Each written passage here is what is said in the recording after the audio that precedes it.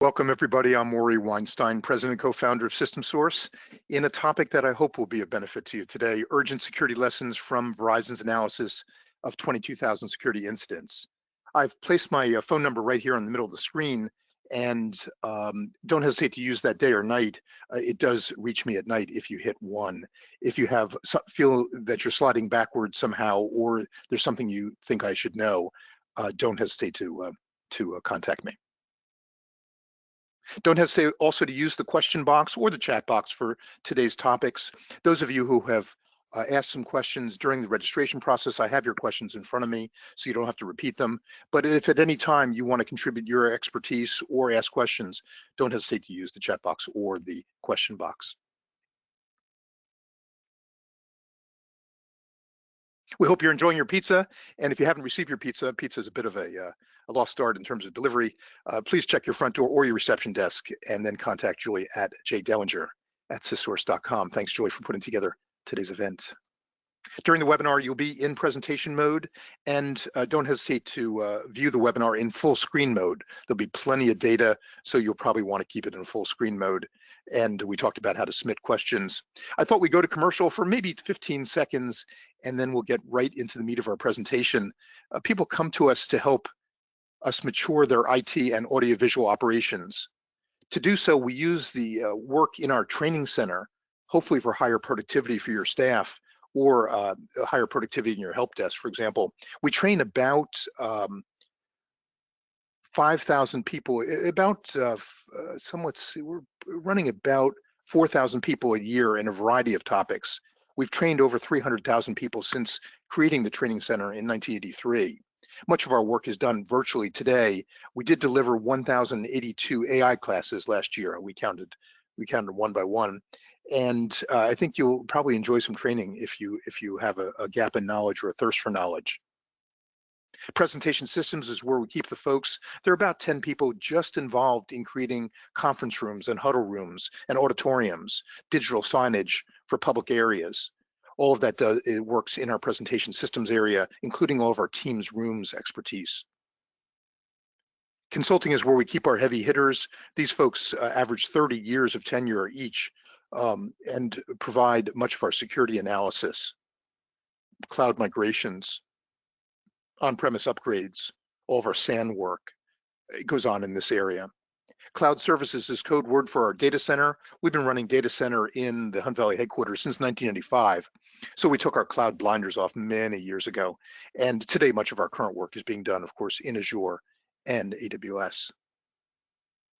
Service and support can be done 2 different directions. One is reactively, when you call us when it sort of all falls apart, and the other is proactively.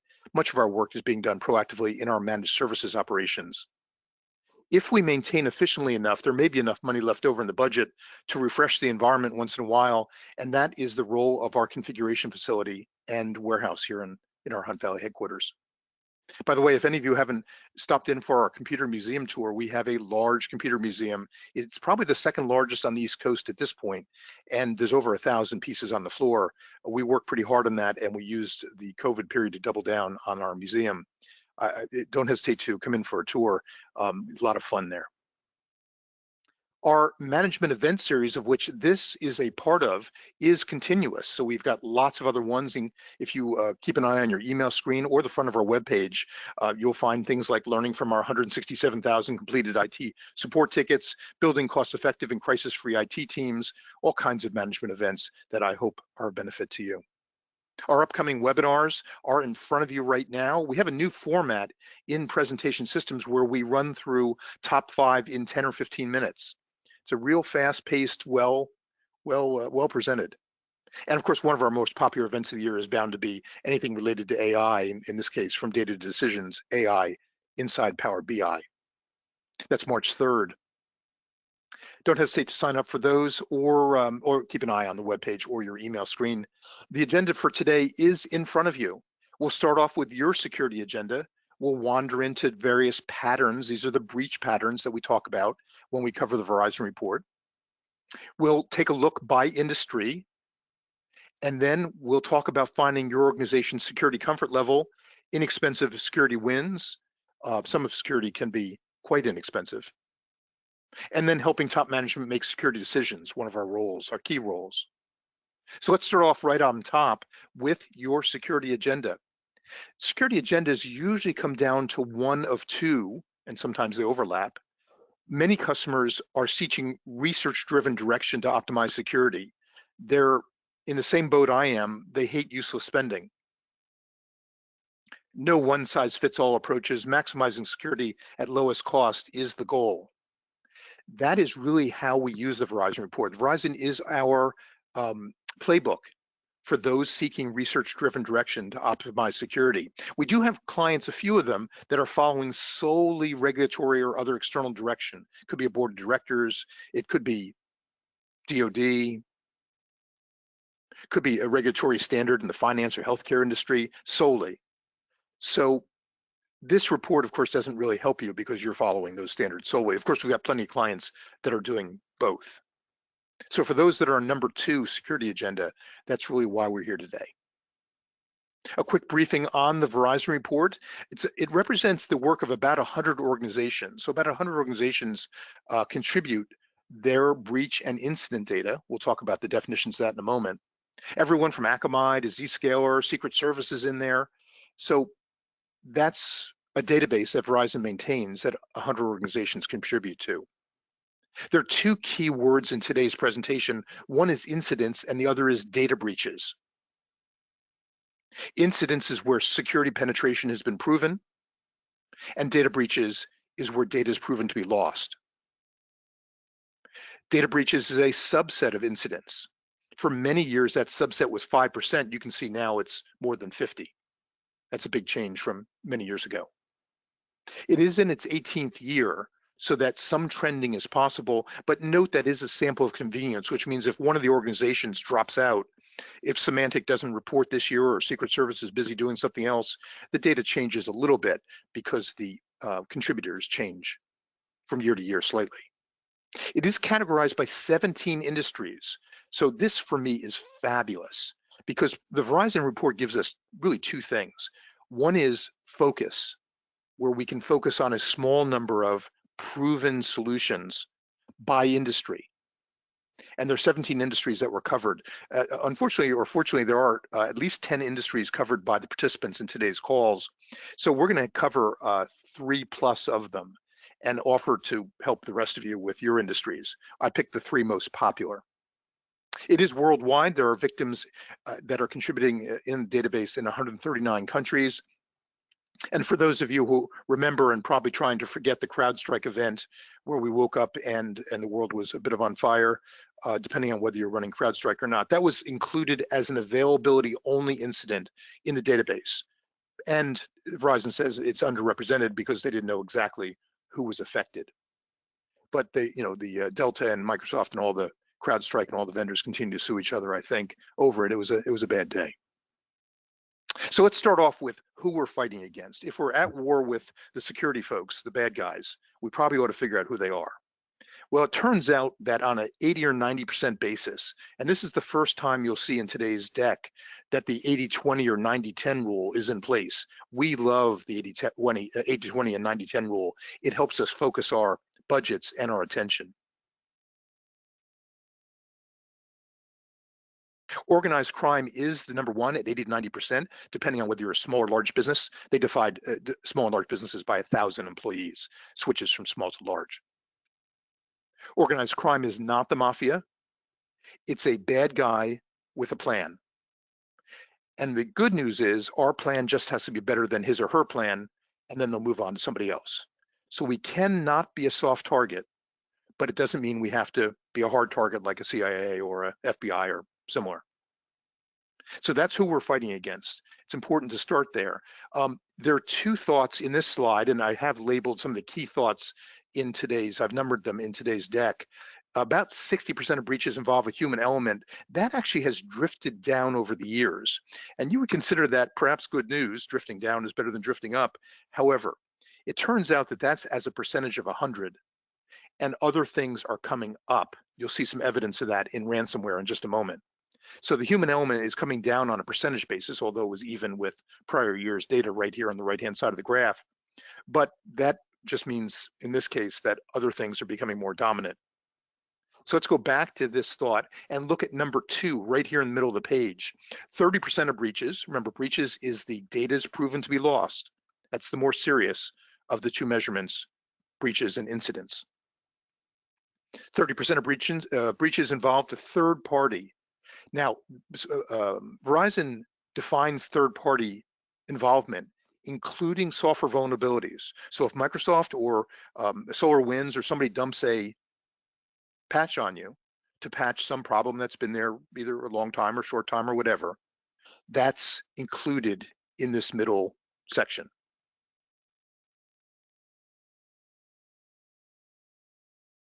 Now, the reason I mention this and spend more time on it is that that has doubled from the prior year. So if you're looking for trends, that's one of them. Now, you might say that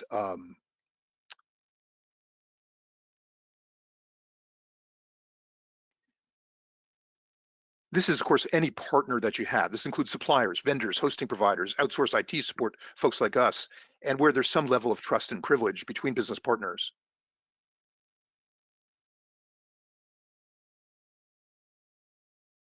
Verizon also saw significant growth down here in certain sectors. That's the espionage motivated.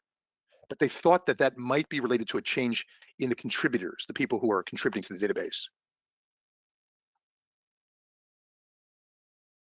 Let's take a look at human element. We see that it's declined, but we know that there are other things at work here that have provided the decline. One of the things at work is zero-day vulnerabilities. Zero-day vulnerabilities, especially among the US holiday weekends, is a favorite target of the hackers.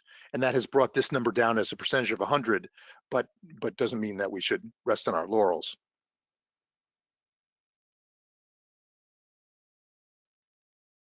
We see that the top pattern in breaches with third-party involvement is system intrusion at a 80-20, at 80% level.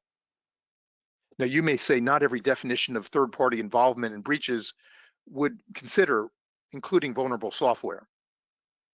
But if you were an industry, Verizon says, and you've had a fundamental flaw in your supply chain due to defective raw materials, machinery, whatever, your organization would at very least be sending a sternly worded letter to the supplier.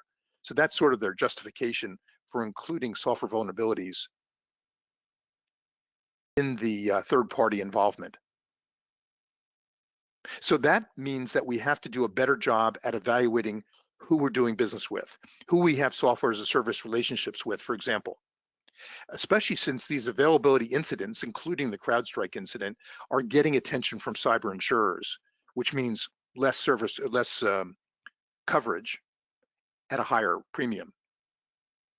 So I did hear a complaint the other day where some client was saying that their software as a service favorite software as a service vendor was caught up in procurement, but on the other hand, that may be a good thing rather than a bad thing, because good security outcomes are important to the procurement process in major institutions.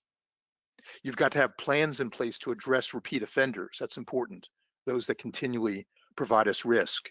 Keeping devices away from the internet, of course, is a great solution if you can do it.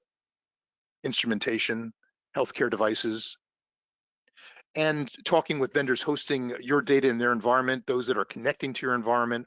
All these are important discussions. And to facilitate those discussions, we wrote a security attribute checklist that we've distributed to our managed clients.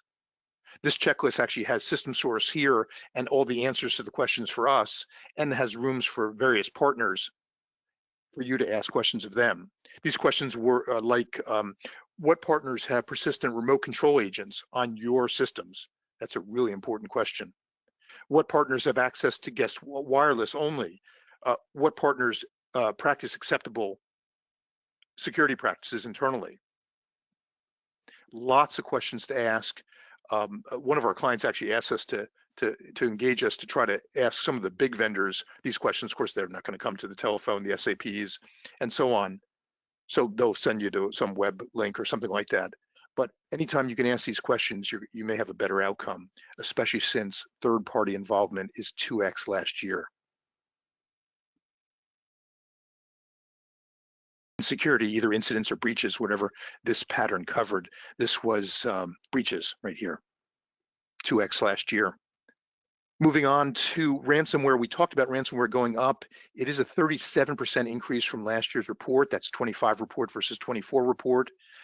It was present in 44% of breaches that they reviewed, up from 32. Now, this ransomware is defined as with or without encryption. So even if they don't encrypt your environment, if there's a ransom being requested or paid on your data, whether they have the data or not, you may never know. That's all included in this chart. So this is number 4 point for today's presentation. I should note that there is a disproportionate impact on smaller organizations. For years, Verizon was evaluating small organizations versus large and various security impacts. And they found that they were very close with one exception. That one exception was large employers, large companies that's greater than 1,000 employees. Remember, that's the dividing line in the Verizon language, were better able to recover, probably because they have more resources. However, they've now decided, the data now supports that ransomware is a component of breaches at 88% of small organizations. So ransomware is a component of 39% of breaches in larger, but 88% in smaller. So it's disproportionately affecting small organizations. That's a new conclusion for this year's report. And for those small businesses that thought, well, maybe I'm not in the line of fire, turns out the opposite is true, according to the data. Now, there is some good news in the report, and we use the Verizon report very closely, as I've noted in our work, to help focus us. And because we trust it, we've been reading it for 10, 15 years and summarizing it for our customers. It does take the place of the 20 emails a day I get from the various vendors that have some report with a slant, no data attached to it, or they don't know how to handle data. Those we just don't even bother with. We focus our time on this report, with a few exceptions. A few other reports come in, like the DNS filter report I was reading last week. So there is some good news in this slide. Prior years, the median amount paid in ransomware was $150K. You can see the decrease down to 115. That's good news. And the question is, why did that happen? Well, in year 2022, half of ransoms were paid. In year 2023, 54% were not paid. And that increased 2024, 64%, about 2/3 were not paid. Now, so you can see the trend there where ransoms are increasingly not being paid. And that, those of you who are economics students in college know that that will bring down the average payment. 150K goes to 115. So there's some good news. Now let's figure out more actions we can take in our own environments.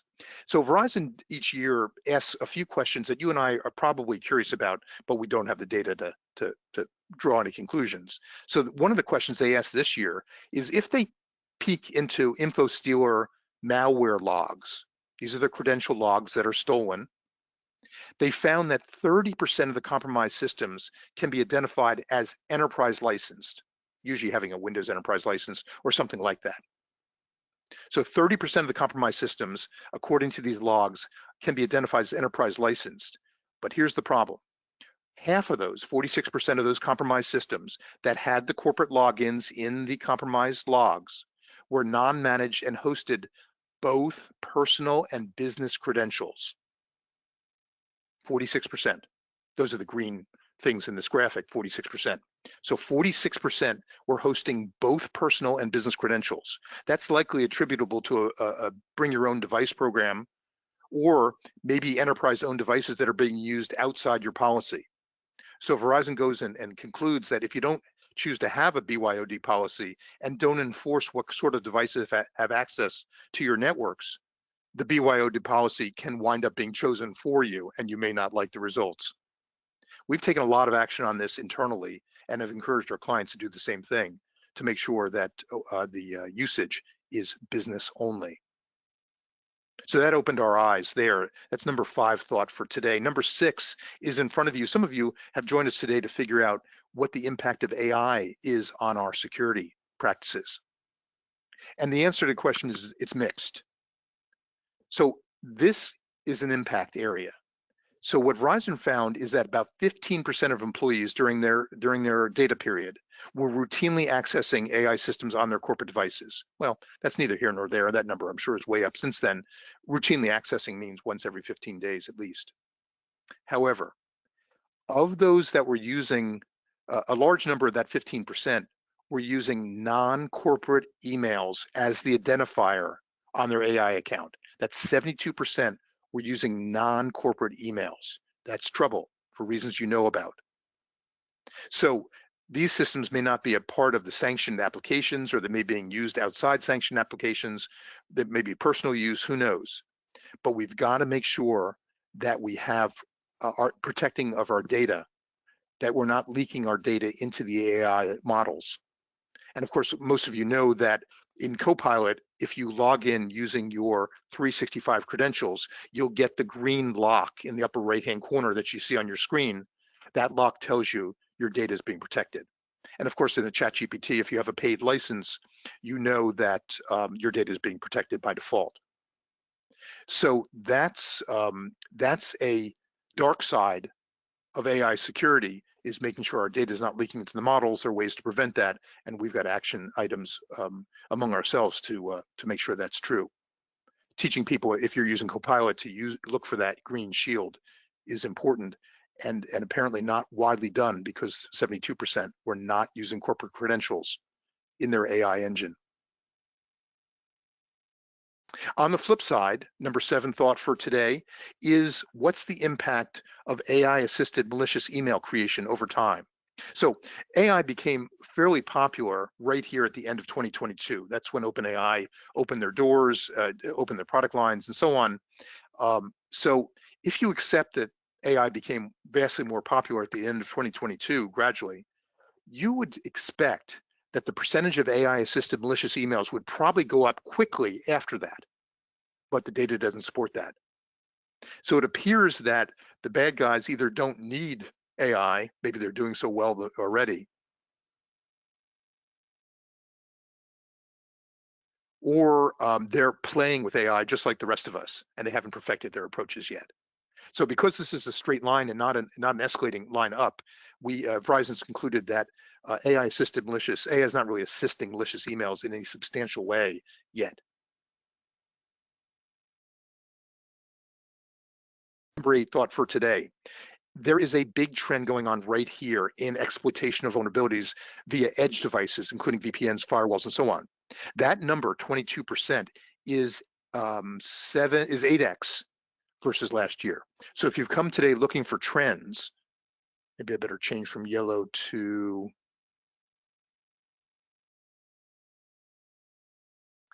let's change to red so we can see it better. So if you're looking for trends today, that would be a big one. So time spent with your edge devices, your VPNs, your firewalls, very important. Here's more data on that. Remember, it's 8x last year, that 22%.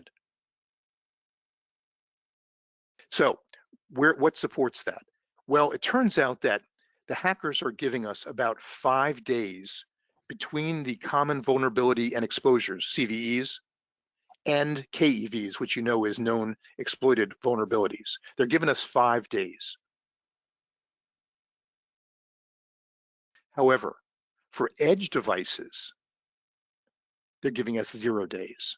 So there's 0 days between the vulnerability announcements and the exploits for edge devices versus 5 days for everything.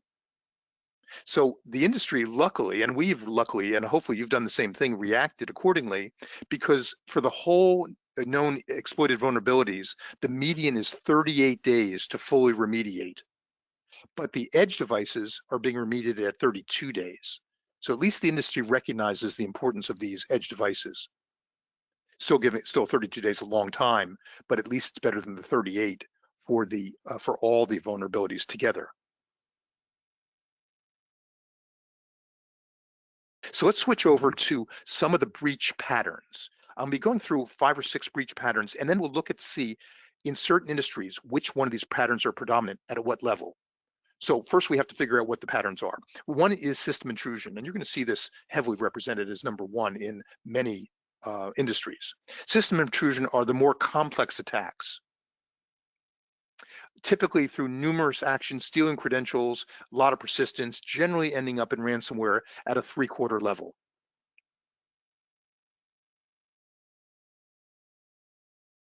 75%. This is the hands-on keyboards attackers. They're using both automation and craft to breach your defenses, to lurk in your systems, to escalate permissions. Of course, the threats are nearly 100% external. The motive is nearly 100% financial. This includes all the widely exploited 0 days against thousands of organizations that you read about over a single weekend. Those tend to be the US holiday weekends, unfortunately. And this does account for a large increase in these exploited vulnerabilities. So while that's not number one in every category, every industry, it is way up there in most of them. That's how system intrusion is defined. Complex attacks, generally numerous actions. You can see the importance of patch here, exploiting vulnerabilities. Now, some of you know intuitively that security layers are important. This Verizon graph helped me understand the importance of layers. So for example, this is initial access here on the left-hand side, initially getting in. So if you're really good at making sure that hacking against your servers is in place and working beautifully, that's not an easy task all by itself. Remember, you still have another equivalent amount of unknown against servers, unknown against users, and so on. Hackers against users. Do you see where even if you're great at one of these, other ones may leave you exposed? Then if they get into the initial access somehow, then the breach escalation also has a series: malware against servers, hacking against servers, malware against users. So do you see the importance of layers? So even if you're good at one or two of these, unfortunately, that may not be enough to generate the bad, eliminate the bad result. Ransomware, loss of access to your servers, whatever. So this chart helped me a lot. Now this is just system intrusion. There are charts like this for some of the other patterns also. But this tells me that we have to use layers like Threat Locker, like SIMs, so that no one antivirus or whatever system is going to eliminate our, or is going to reduce our risk enough. Hopefully that's clear to you using this chart. Everything else is a difficult one. There's lots of things in this category. Physically tampering with ATM machines. There's actually a gentleman on this call who's probably involved in that effort. Many of these notifications you get from general breach notification letters, which I suspect you get a lot of at home. People are losing your passwords all the time. Verizon says more robust information sharing practices would help. Everything else is very difficult to learn from. This also includes paper documents, those that are lost to fire and disasters. People burning paper documents in their back parking lots. There's a lot in here. That's a difficult one to learn from, but again, we've got to follow the data, and you will see everything else represented in one of the industry sectors today. Social engineering is another one. Many of you have eradicated or have tried to eradicate this problem using KnowBe4, which is what we sell and use extensively. And KnowBe4 does a nice job, if set up properly, to eradicate this particular breach pattern.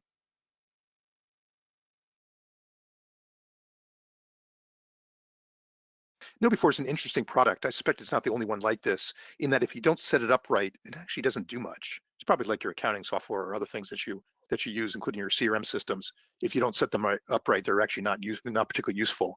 But if you set up KnowBe4 properly, it's kind of interesting that it can produce a tremendous effort. I'll show you the results of that in just a moment. Here are the top select social engineering action varieties: phishing and pretexting. Baiting is a small one. That's where you go and you pick up some software, maybe a browser plugin from a malicious site. It looked like it wasn't malicious, but it was. And that's on its way up, but it's still a very small number. Prompt bombing is when you get large numbers of MFA requests, and perhaps in the middle of the night, and you get tired of it, or perhaps you're walking down the street someplace, you get tired of it, and you either accidentally or you intentionally accept one to stop the flow of prompts. And of course, that lets the bad guy in. So there's a variety of social engineering incident factors listed here. All of you are using MFA extensively at this point, hopefully at 100% level. Our rule of thumb is that anything that needs protecting at this point should have MFA on it. That's true in your personal life too, as well as corporate. Now, some of our clients have taken a shortcut and left SMS enabled, or are using voice authentication where the 2FA calls you on the phone and you hit a digit to accept. Those two tend to be less effective. So what does MFA interrupt mean? MFA interrupt is Verizon's term for any weakness in your MFA implementation. If there's a certain number of people that didn't get MFA for various reasons, maybe they're truck drivers, maybe they're installers, whatever, maybe they don't have phones reliably, or maybe using SMS, maybe using voice authentication, haven't turned that off, maybe using passcodes, or there's some passcodes out there that you had forgot about. Any weakness in your MFA is represented by this 22% number. This is 22% is percentage of 365 bypass by attack type. So that is Verizon's term for any weakness set up in your MFA configuration. Now, the FBI IC3 Center takes the complaints when there's a business email compromise. You know them as BECs. That's when the bad guys take over your email. And the good news is those claims, of which Verizon forgot to put the 2024, 2025, it's also 50,000 right here, aren't getting any bigger. That's good news. The only one problem with that good news is that nearly all of us, of course, have cyber insurance. And the cyber insurance nearly always has a sublimit for social engineering claims. That sublimit is drastically lower than your policy limit, generally in the 100,000 or 250,000 range. So the problem with 100,000, which I suspect most small clients start with, is that if you have 2 incidents in a year, you're uninsured, right? 2 times 50,000 is 100,000. So these lower limits, now there's a reason for these lower limits. Of course, these business email compromises are a dime a dozen. I'll show you our results in just a moment. And of course, the insurance companies hate paying out these significant number of claims.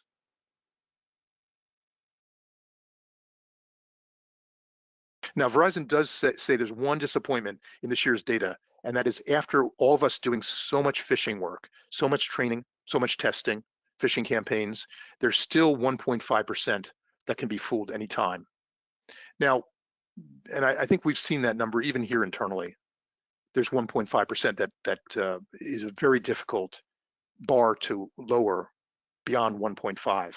The bad news or good news is that many of our clients are much higher than that. And many of them are soft targets. We've seen people at 6%, 7, 8, 9, 10, 11, 12, 13, 14%. And your fish-bone percentage, that's a difficult game to play. That's soft target territory. So we don't have to go to 1.5 or below. All of our clients have the industry standards because that's part of our quarterly business reviews for our managed clients. So we use this data. This is data from a client. It's real data. And we use it because we don't believe in any of our manufacturers' data. So we created our own data set. And with all fish-prone percentage, it always starts at 21, 20, 23, 24%. That's nearly universal. But when you turn it on and you set it up right, look what happens. The problem goes into the noise and stays there. Can you imagine if all business problems yielded to $3 a month or $4 a month or whatever the thing costs at that speed? It's almost a miracle. But any set of new hires, of course, will make the number go up. Anytime the new hires, you have more fish-prone percentage. This company changed their AI phishing template. Anytime you make your template more stringent, you know you're going to drive the number up. And it's our job, and it's KnowBe4's job to bring that number back down again. By the way, there are many zeros here. This particular data set, I think, has like 17 zeros in that little area that I just highlighted in red. So there's hope, but it's got to be configured properly. One of our little pieces of our business is actually reconfiguring KnowBe4. We do that fairly frequently for our clients. We do have a fixed price offer on that. It doesn't take too many hours to do it, but there's enough settings in KnowBe4 or really any of the phishing packages that if you set it up right, one of the best practices that we use is weekly phishing. And I can go on for a half hour here, but we only have a half hour left in terms of how to set up KnowBe4. But we have a series of standards. If any of you are concerned that you have not reached your industry benchmark, let us know. We'll be happy to help you with that. We can. I know you can get below that or at or below, because we've done that for dozens of clients. Basic web app attacks is next on the breach patterns. These are the small number of steps. Remember, we talked about system intrusion as a significant number of steps. This is small number. This is generally quick hit, but not always. Sometimes the hackers put in backdoor access, or somehow they have persistence. The hackers love persistence. They love to stay into your accounts as long as possible.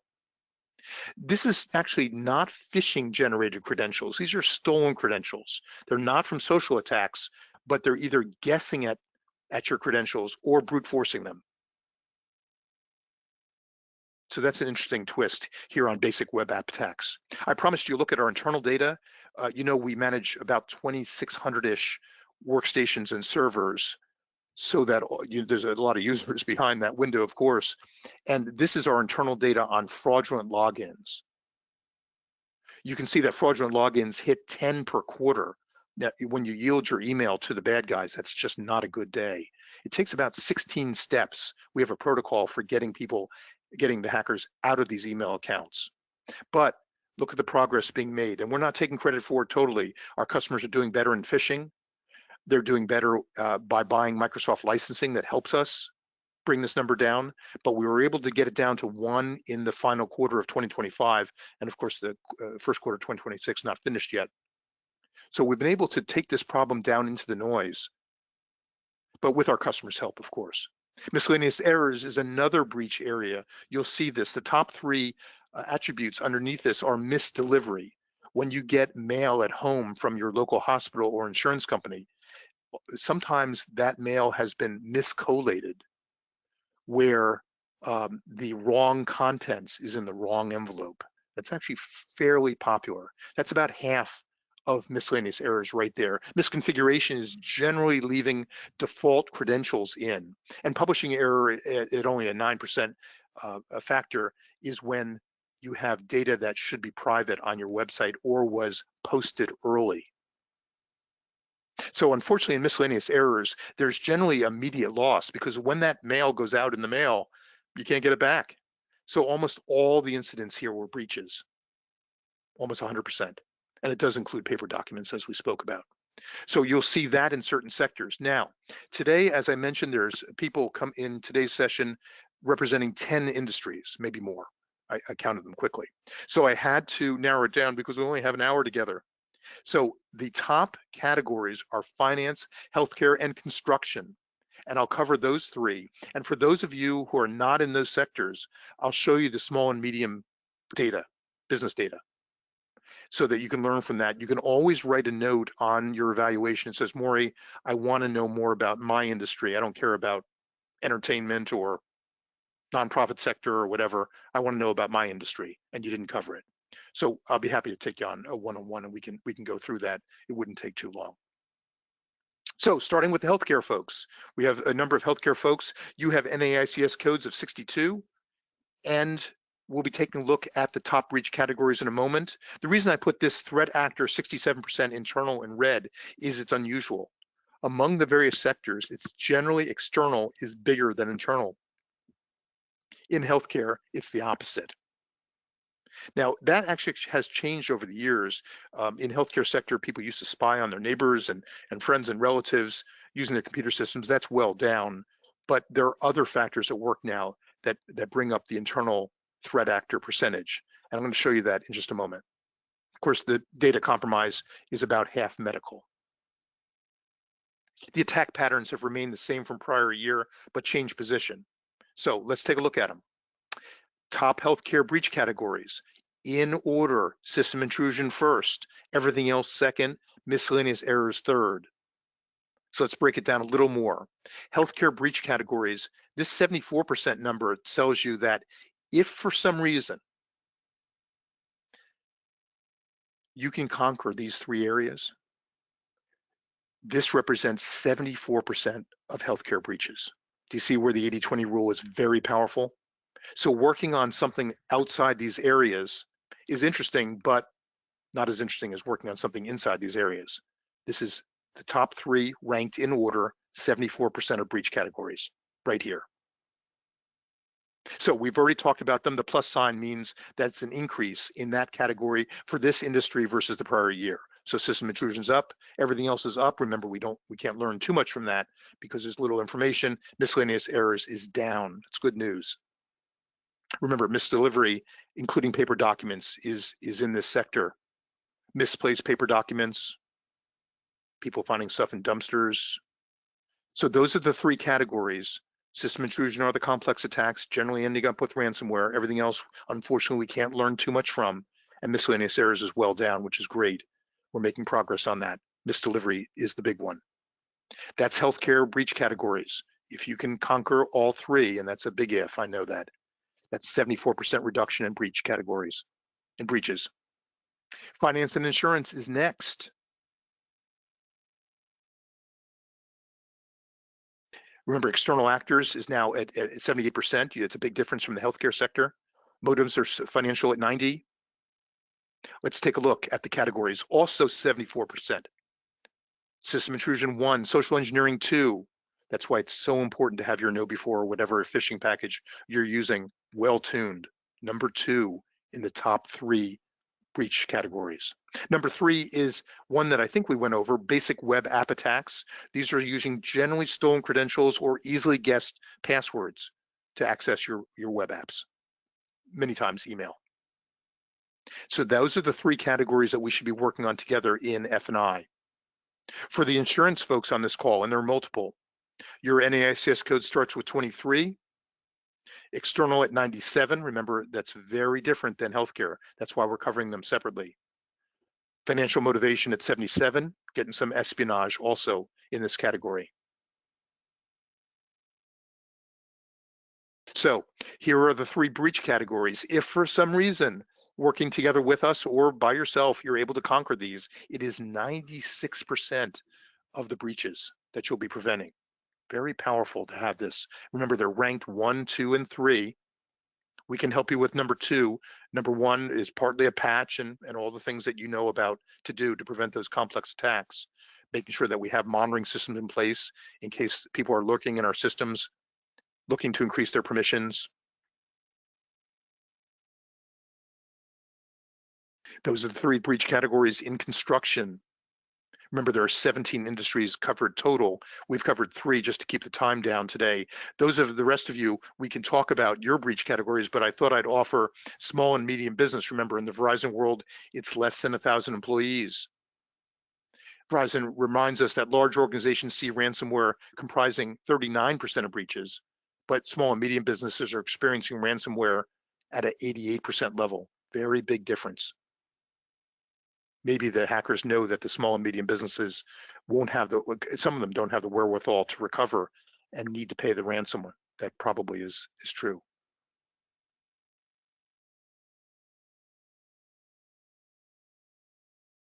The small and medium breach categories, a 96% of breach categories are tied up in these 3 areas in this order. System intrusion 1, social engineering 2, BWAA, basic web app attacks 3. So that does help us focus our time. I'm going to move on from this section to seeking a security comfort level. It turns out it's really interesting, this security comfort level discussion we have with clients. I use Fidelity as my investment firm. You may use Schwab or Vanguard or any of the other leading vendors. The Fidelity people up in Towson, I visit them maybe every 4 years to say hello or to use their parking lot in Towson. And in doing so, I find that they're very well trained and they're working really slowly. Because if you're managing $7 trillion of other people's money, your security risk level is very small. You want to minimize nearly all risks. And if it impacts your productivity, it's whatever it is. So that's one extreme. I'm not suggesting that's right for everyone. And that's why we have this discussion of all the solutions that are out there. And this is just a quick list of some of them. Which ones are appropriate for your organization? It turns out it's worth a discussion. The yellow ones are generally the basics. Those are the ones that if you don't have in place today, you could wake up and it could be a bad day, but you don't know which day it is. DNS filtering, we think, is an inexpensive way of keeping ransomware out. We actually don't have data on that, but it feels right. Disk encryption is an absolute defense in Maryland to reporting. If you lose a laptop and your disk is encrypted, that is an absolute defense. Of course, check your own counsel. Don't take my word for it. Phishing testing and training, we know because we've studied today's Verizon report, we know how important that is. Patch management is so key to preventing system intrusion. We know how important that is. That's number one in most industries. So those are the basics, the yellow ones. I have the same chart. By the way, we at System Source, we're always researching something. Microsoft has new baseline security standard up their sleeve. It's just breaking now. So they're doing a slow burn into helping us secure some clients that haven't been paying attention to security. Veeam 13 is out and the first patch is out, so that we're ready to test that. File protection in Teams. Teams is getting a lot of attention because of some security holes. File protection, protecting us from people wandering into Teams meetings. Microsoft is spending quite a bit of time in that area. So that's work that goes on behind the scenes in order to provide our managed customers some security relief. So I thought, now that I've created this thing, I thought, well, just because I created it doesn't mean it's true. These various solutions important, but I matched them against what we offer in our managed IT forces. These blue areas are in scope, assuming you have the right Microsoft licensing, mid-level business premium like licensing. These are in scope. So do you see there's for me, it was a bit of a sigh of relief because there's a close match between what's in our managed IT scope and what's important to people who have a low risk tolerance for security comfort. I have the same exact chart, and you'll get a copy of today's presentation later on, for those that are budget conscious. It turns out that much of security, as I suspect you're aware, is not expensive. These green areas are less than $1 per user per month.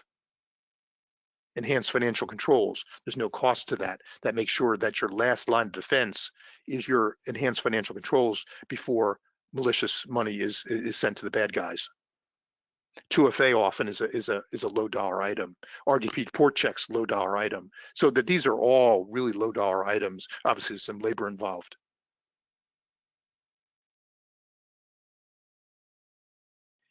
Some people have asked, well, what security comfort level do I need for those that are operating remotely from home? And the answer is it differs from the rest of the chart. And I have created one that you have in front of you that shows what we need to worry about more at home. Conditional access, for example, which comes with Microsoft's P1, Entree P1 licensing, is very important to keep the bad guys out of our networks or out of our 365 portals, 365 access. And some of that could happen because people are remotely accessing from all parts of the world. Conditional access allows us to mitigate that.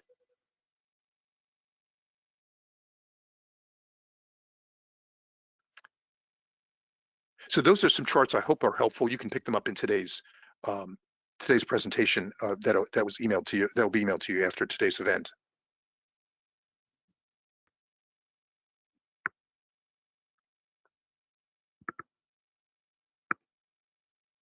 Moving on to seeing security through management's eyes.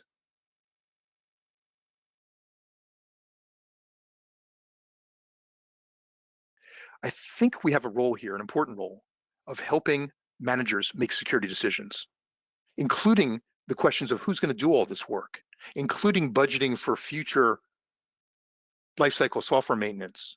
Just because you buy something for X dollars, we can't ignore the ongoing maintenance costs, and the security costs are part of that. Listing formally the security risks that are assumed by the organization. I do see gaps here where the organization at a high level doesn't understand the security risks being assumed. Helping select the cyber insurance terms and coverage levels. Prepping security metrics, especially if you've made commitments to cyber insurance organizations about your security preparedness. And of course, don't forget understanding impact on end users. So let's break this down a little harder and say that Gartner lends us, Gartner, you know, is sort of the grandfather of research in the IT industry. Gartner has lent us their run, grow, and transform model. This model suggests that different IT tasks should be placed on the graph separately. So for example, this accesses business knowledge. How much business knowledge do I need to do IT task X, whatever it is? And how much competitive advantage does that task give my organization? So if you were changing ERP systems, that would probably be up here in the upper right-hand corner, where you would need tremendous business knowledge, insider's knowledge of your organization to put that ERP system in, and it should give you a big competitive advantage if done properly. So that would be in the upper right-hand corner.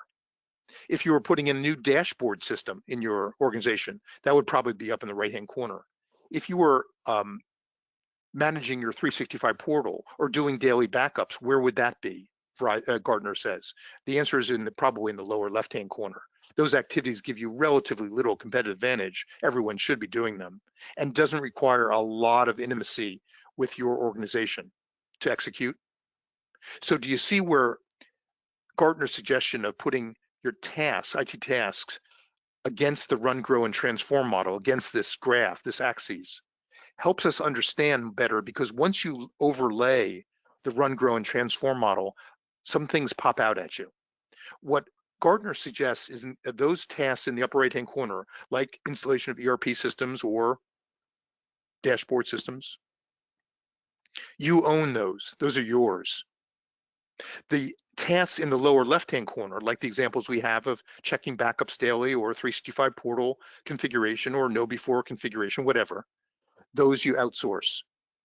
That's Gartner's recommendation. This is the run, grow, and transform model. There's some really interesting things about this model that we probably don't have too much time to spend today, but much of the dollars in the IT department, salaries and so on, are tied up in the bottom left-hand corner. But management is much more focused in the upper right-hand corner. That's partly what makes our jobs so difficult during the day, your job and mine, is the dichotomy between what management's interested in today and where all the dollars and people and processes and tools are tied up, which is in the lower left-hand corner. So hopefully that run, grow, transform model helps you. You write down the various tasks on the chart, and then you overlay these run, grow, and transform sectors and figure out who should do those tasks. Some you own, some you partner with others for, some you outsource totally, is Gartner's suggestion. I thought I'd show you one of the dashboards we use to track, right? We talked about tracking security metrics, making sure you're living up to whatever attestations that you provided to the cyber insurance folks about MFA, backups, whatever you signed up for. So this is a little piece of a long dashboard. This long dashboard is about 66 lines long. This is just a little piece so that you can see it up on the screen. This covers all kinds of 2FA configurations, risky login alerts, running Microsoft's Orca report, which helps us diagnose some problems in configuration. We rank each customer against these standards. Remember, there's 66 lines, and assign either a red, green, or yellow light. None of our clients have gone all green in the security dashboard. We have another dashboard for infrastructure, and do have some clients that are all green in that area. Those dwell on recovery times and the non-security things. So this is the way we track this. And if you had an organization that was substantially sized, you just can't keep it in your head, even if it was a small organization. Very difficult to keep all this in your head, especially 66 lines long. But we can watch over time as our reds become yellow and our yellow become greens. We can also segregate and segment this into a board or top management version to keep those folks informed as to what risks are being assumed by the organization. That's actually it would be a subset of this. You may identify 2, 3, 4 items that are especially important to top management or the board level. I've actually made the presentation at a board level and at top management level also using this self-made dashboard. So in summary, in today's presentation, use disciplined processes to counter the threat. Remember, all we have to do is to have a better plan than the hacker with a plan, and that's our top enemy. Think like a hacker and a business person. Seek a security comfort level for your organization. Sit down with top management, figure out what that should look like. List the risks that management has assumed or insured for, And reach out to us if your people process tools aren't sufficient. Remember, all three have to be working properly to make this plan work: people, process, and tools. In terms of security training, I've asked Michelle Robinson, who runs the Learning Center, to put together some discounted prices. This will be in your packet. And there's all kinds of Azure training and other things, Security Copilot and other CompTIA Security Plus courses that have been discounted, and the dates are available on our web pages. Now it's time to ask about anything that's on your mind, anything you've tried, maybe that didn't work or that did, and you'd like to tell us about. Don't hesitate to use the question box or the chat box. We have about 5 minutes left, and you're welcome to chime in any time, but a few of you have put in questions at time of registration. I'll be using first names only just to protect the confidentiality. Javier, thanks for joining us today. You were talking about inexpensive security wins, security priorities by industry. Now, your industry is healthcare, so you saw the top 3 to focus on. Hopefully you'll take a look at later on this afternoon at the slide that shows some inexpensive security wins, especially those that are less than $1 per person per month. Javier, don't hesitate to put your thoughts in one of the boxes if I can be helpful or if we can learn from you. Edward, thanks for joining us today. You were talking about defending emerging threat vectors, enabling AI functions within Microsoft Office and its supporting applications. So you saw at least 2 or 3 slides a day on the AI security impact, one of which tells us that we have an action item. We've got to make sure our staff are using the right credentials at the right licensing levels to protect our data, especially in your sector, Edward, to protect your data from being sucked into the model. So we do have an action item there, but as far as the AI impact on malicious emails, we just were not seeing an acceleration there, according to Verizon.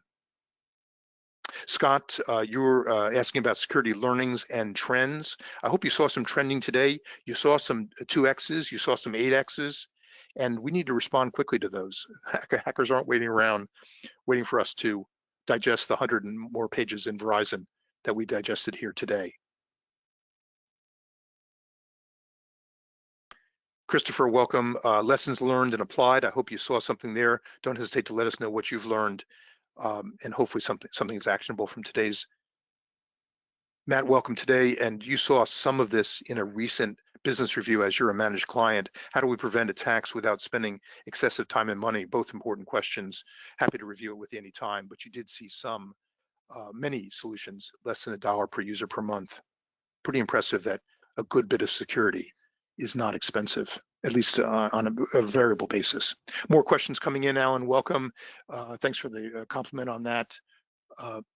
Purvi, thanks. Please send us a recording of the session, absolutely. You'll see it in your email afterwards. There'll also be a survey after the webinar. We use your feedback to help us improve. We appreciate your comments very much. I'll be quiet for a moment so you can put your remainder of your thoughts in before I yield 1 minute back to you. Any more questions for today?